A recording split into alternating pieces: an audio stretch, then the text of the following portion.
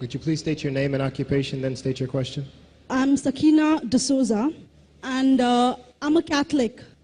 I believe Brother Yusuf was a Catholic before. I would like to ask him the simple question. He was brought up like a Catholic, but what made him change? Doesn't he believe that the Messiah is true, or did he ever feel that the religion, Catholic religion, has not brought up any Messiah and the Bible is false? I would like to just know what that means, because he said he was a Catholic before and now he has become a Muslim. What made you change? What was that storyline before? Doesn't he believe that there is a Messiah, or the Messiah had come, saved us, died on the cross? Thank you very much for a good question. I hate to disappoint you, but I wasn't a Catholic. But I was with a Catholic priest the night that he accepted Islam. And I asked him these questions you asked me. Because after all, I was still a Christian, a preacher in Christianity, and I wanted to know why my best friend, a Catholic priest, had converted. That's a pretty weird thing. A Catholic priest is not like a regular preacher in the Protestant religion. A Catholic priest has given up everything. He's given up his life to be a Catholic priest. When he enters into this realm, he's basically given away everything. He can't have a wife, he can't have children, obviously no grandchildren. He has no home, he just lives in a rectory or wherever they give him a place to stay. And he's sent wherever they tell him to go, do whatever he's told to do, and that's it. And he cannot disobey the Pope, otherwise they can kick him out of the religion, and if they do, he's excommunicated and he goes to hell forever. So how would a person like this want to become one of those Muslim terrorists? That's what I wanted to know. He explained in a very few beautiful words something that I came to learn for myself. He said that he was sincerely in the Catholic religion because he believed in God, that he had studied, his degree was in theology, and a part of the teaching that they as priests have is to study Islam. Every priest is forced to study Islam. Now you may not know that, but you can ask your priest and he'll confirm it. And when you study Islam, even when Islam is taught to you by somebody who hates Islam, as long as they don't corrupt it too far, you can still see the truth in Islam. A classical example happened to me just recently when I was in Saudi Arabia. A friend of mine, very old copy of one of the first Qurans ever translated to English by George Sale.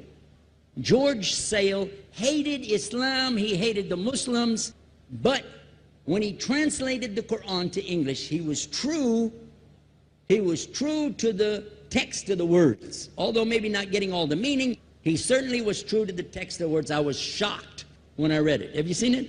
You know what I'm talking about? Amazing. And listen to this. George Bernard Shaw, for instance, is one of many, a long list of people who read this and realized the truth of Islam. When people see the truth of Islam, it can change them if they want to be guided. If they want the truth, it can change them.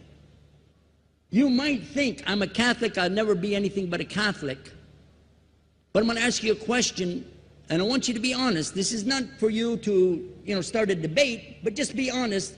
Was Jesus a Catholic?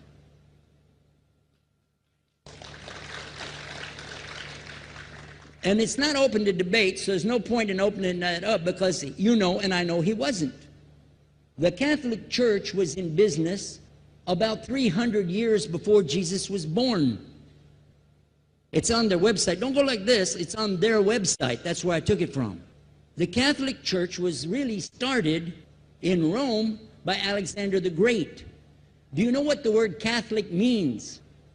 It means universal. It was the universal church for the Roman Empire. If you didn't join it, you could not be a Roman citizen. And it was opposed to the teachings of Judaism and opposed to the teachings of the early Christians for more than 200 and some years. And they were diametrically opposed to each other to the extent that it was the Romans killing the early Christians. Now, if you understand that, and you go to their website and read, they didn't even take over Christianity until the year 325 AD. And when they did, they changed a lot of things, again, referring to their own website. But if you want to check it in Britannica or Americana or grow your encyclopedias, go ahead and read about the Catholic Church.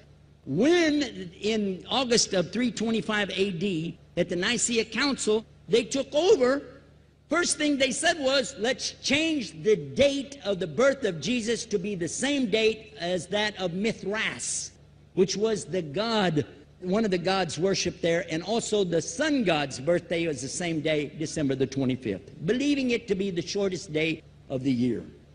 And Constantine was a sun worshiper of Saul Invictus. Go to the website, read it for yourself. There are a lot of points, but not the least of which, even today, if you go in any Catholic church, and I have, you'll see so many portraits and statues and idols and images throughout the whole place that for the one who's never experienced that, for a Muslim who knows about these images, he'll be like, whoa, a'udhu billah. Whoa, what's this? The first time I walked in a Catholic church, I was about 10 years old. I was shocked. I was shocked at the idols and statues everywhere, because in the Protestant religion, we were brought up to believe that the second commandment was just as important as the first commandment. The first commandment in the Bible, in Exodus, is the same as the first commandment in the book of Deuteronomy. It says, I'm the Lord your God that brought you out of the land of Egypt in the house of bondage. You know no other God beside me. Beside me there's no other gods. Thou shalt not have any other gods beside me. How many in this room agree with that commandment? Raise your hand. You notice the Muslims are raising their hand because it means Ashhadu an la ilaha illallah. That's the first commandment for us as well. The second commandment you have clearly says, thou shalt not make any idol, any graven image of anything that creeps upon the earth, swims in the sea beneath, or flies in the air above. And I was sitting in a church one time, sitting there in the morning service, watching, the preacher talk, and, they go on and on and on, and sometimes you lose your train of thought. I was looking. Whoa! On the front of the podium, there was a fish. A fish. For the symbol, make you fishers of men. It had a fish. I said, whoa. Then I looked up above his head at the big stained glass window, and it had a dove, and he had the olive branch in his mouth. The dove is flying, the bird, I said, whoa. And then I look over here, and there's a cross with a man hanging on it. And I said, wow, they didn't miss a single one. They got them all. Something walking on the earth, something swimming in the sea beneath, something flying in the air above. So look at these two things. Clearly, the first two of the 10 commandments, bang, bang, boom. Because if you said God is more than one, where did you get it from? When Jesus is talking to his own companions and they ask him, what's the greatest commandment? Mark 12:29. Clear. The greatest commandment is to know, O Israel, the Lord your God is one God. And you have to love him with all your heart and all your mind and all your strength. And this is no different from what Prophet Muhammad ﷺ was saying, the same thing to his people. Same thing I mentioned in the lecture. This is certainly for us the same. So what you see is Muslims practicing the commandments, and you see people claiming the commandments but practicing something else. And I have seen more converts from the Catholic Church than any other of the many sects of Christianity, and especially from the nuns, priests, and even an archbishop. And all of them are better than me. Those guys and women that I see do this, they still sacrifice their whole life to get the true message of Islam, not only to you, but to Muslims as well, because we all need to know about it. But thanks for a great question.